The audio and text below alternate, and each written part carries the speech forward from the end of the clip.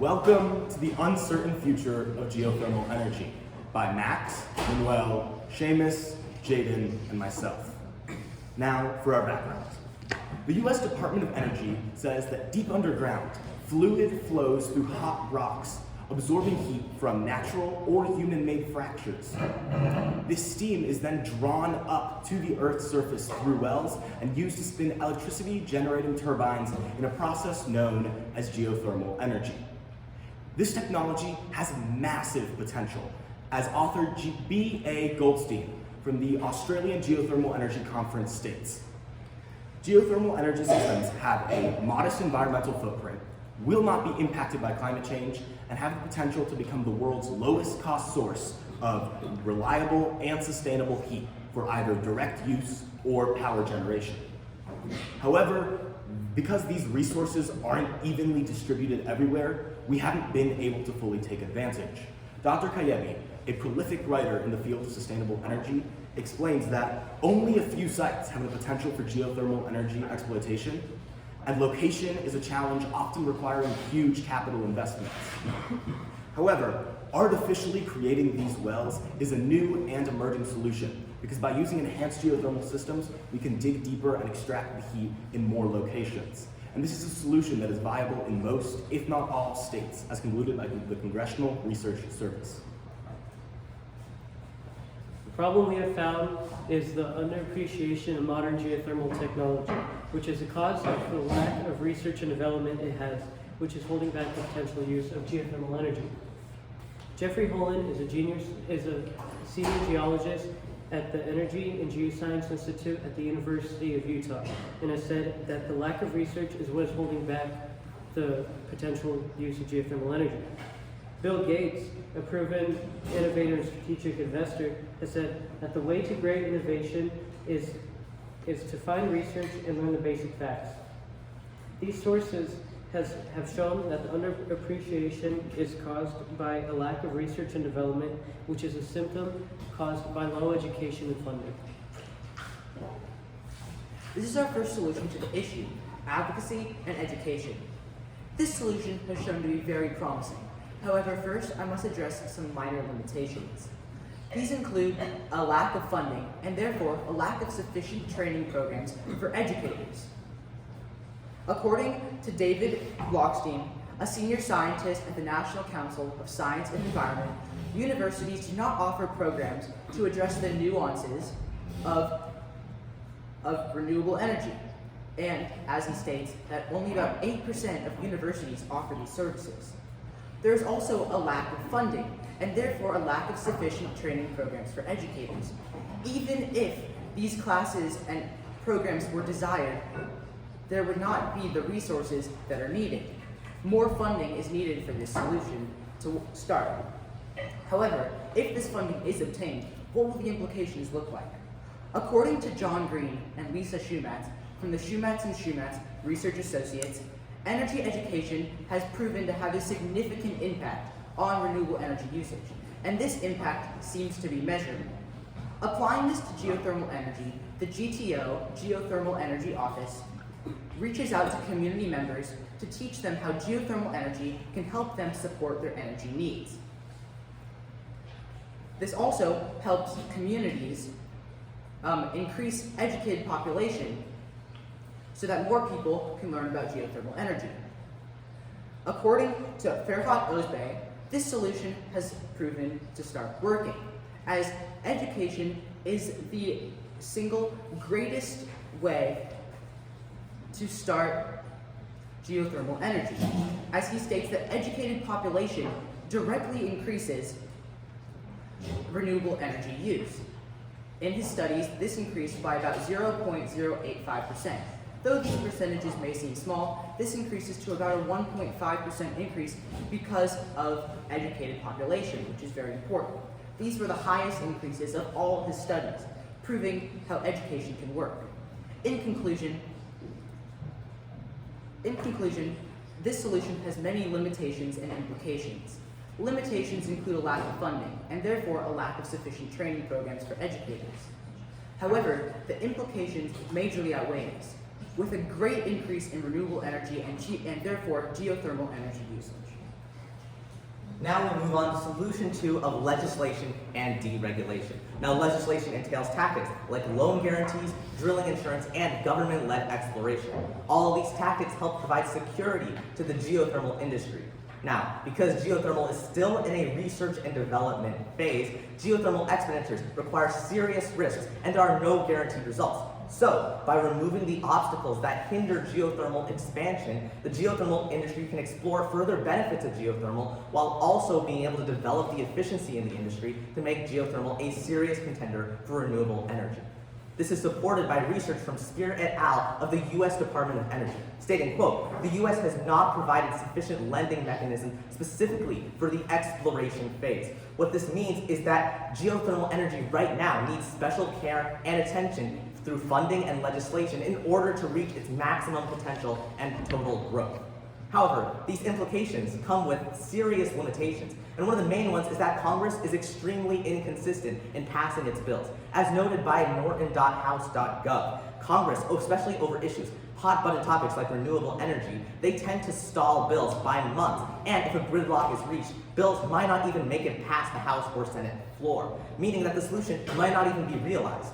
Furthermore, it is stated from research of the University of Tübingen Center of Applied Geoscience that limitations might actually be necessary for geothermal, stating that currently there's still a lack of knowledge on the effects of geothermal energy, and cautionary limitations are necessary in order to prevent unintentional damage.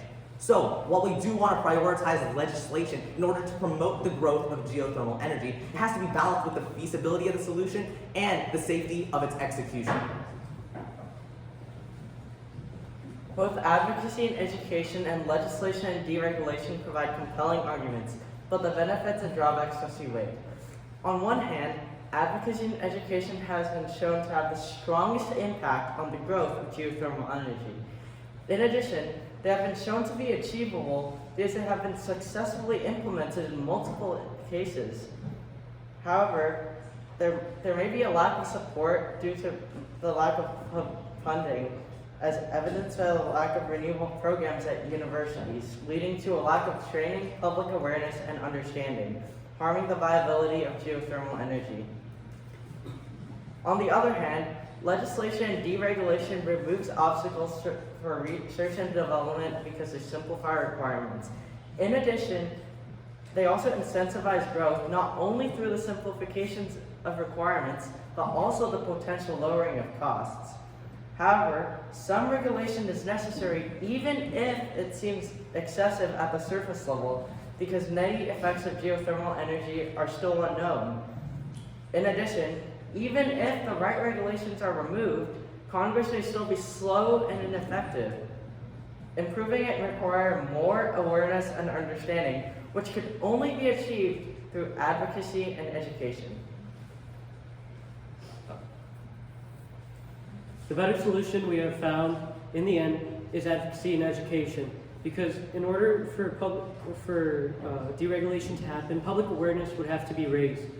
And in addition, the risks of deregulation would be doubled, because not only would they lead to already existing problems, but the regulations would be put back into place. The solution would give people a reason and understanding to care for and support geothermal energy. Here are our sources. Fantastic. Okay, guys, I got some questions for you. So let's start with, if you guys can move into the middle. Fantastic. So I'm going to start with Jaden. So you'll answer the first question. Jaden, how did the group decide to use Manuel's lens or perspective from his IRR in the presentation? Well, Manuel's IRR was all about the futuristic lens, and it took what we know about geothermal in a wide variety of cases today and extrapolated it to see what it would be like in the future. And that part made up a significant portion of our TMP's problem. Because the problem addresses the critiques with geothermal now and where it can go in the future, his IRR, specifically about the futuristic lens and how geothermal right now is not in a perfect position, but has the potential to be a consistent renewable energy source, made a big part of the problem today, and how we need to raise awareness of geothermal right now in order to express its ability to be a viable renewable energy source for this country. Perfect. Cool. So Manuel, you'll answer the next question. So we just heard that your paper was on the futuristic lens. What way did your thinking change as a result of reading Max's paper? How did that make you think differently about the problem? Yeah, well, Max wrote about the environmental, through the environmental lens of geothermal energy, and he explained how there are some that find that it has more effects towards the environment than others. And when I was originally just writing mine, disregarding the environmental lens, then I read his and I realized that it has a greater impact in that, what's it called,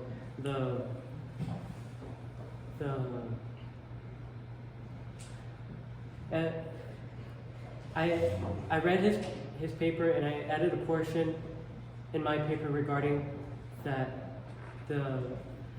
that's also what can hold back things such as in Jaden's paper, the political aspect, and ultimately plays a bigger part in the futuristic, because what happens in the future regards every other lens as well.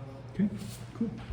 Okay, the third question will go to Max. So reflecting on all of the other guys' work, which one had the greatest impact on your understanding of the problem and the way your group articulated? So whose would you say influenced the problem the most? I believe Jaden's influenced the problem the most because he talked about both solutions in his paper, advocacy and education and legislation and deregulation. And he also talked about some of the limitations of them, such as the necessity of regulation. And he also addressed the problem because he also talked about a little bit the lack of funding. Okay, terrific. So question 4 goes to Seamus. Seamus, what's an example of a compelling argument from any of these guys' papers that didn't make it into the final presentation in some way, and how come it didn't? Okay, so I would say that Max's IRR was not really featured at all in this presentation, because this presentation was mainly talking about the economic impacts of geothermal energy and how the government doesn't really want to spend money on geothermal, and that's why we needed to raise advocacy. But in Max's paper, he doesn't really talk about government regulation or the economic side of things at all, which was mainly what our presentation was about. But instead, he talks about the environmental side of things, the impacts that geothermal might have on the environment, both the negative and the positive. And though we did include a little bit of the environmental impacts in the background of our presentation, we did not include this in any of our solutions or the problem of geothermal energy. Okay, cool.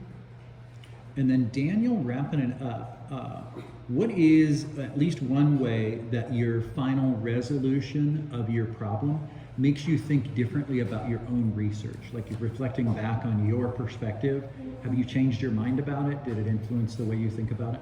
It definitely influenced the way I think about it because of how it's pushing for education and advocacy as opposed to these government regulations. But my paper was more about the scientific lens and about how we have enhanced geothermal energy, as mentioned in the background, versus the conventional systems. And so my paper was already leaning towards us needing more research and development. And so as opposed to contradicting my worldview, it kind of just added to it and expanded on my belief that we need to have more of this research and development, and it just proved to me that education and advocacy is the better way of doing it than trying to go through legislation hurdles. Fantastic. Nice job, guys. Thank you so much.